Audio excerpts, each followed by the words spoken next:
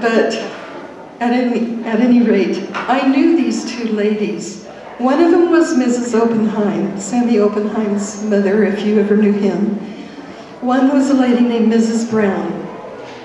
I knew them, and I knew they were worshipers. And it was obvious from what the Lord said to me that they were intercessors. And I was so humbled by what their prayer life must have been like.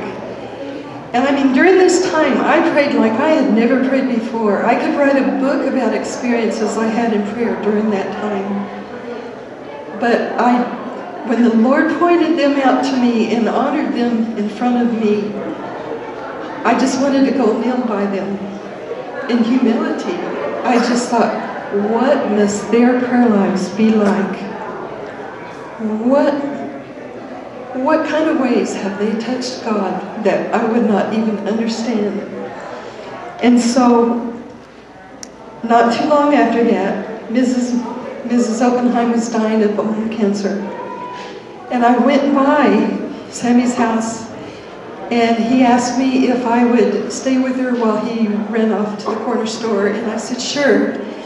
And she was very sedated, because she was in a lot of pain.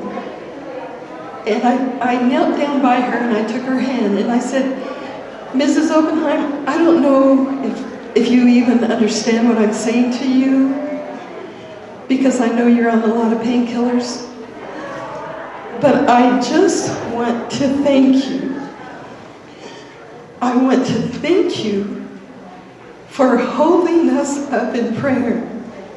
I said, there were 5 of us who had no idea what we were doing.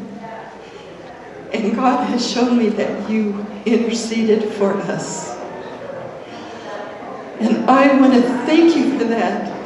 I want to thank you for praying the release of gifts in our lives, things that we never knew we could do. I want to thank you for the souls that were saved, because in the year and 2 months that I was there, over 2,000 people got saved. Over 2,000. At one point, he was saving on an average of 50 every Friday night, and one night I remember there was 85. And I thanked her for praying for salvation for those souls. And so I just want to plant that seed, because I know there's intercessors in here. I want you to realize how he listens.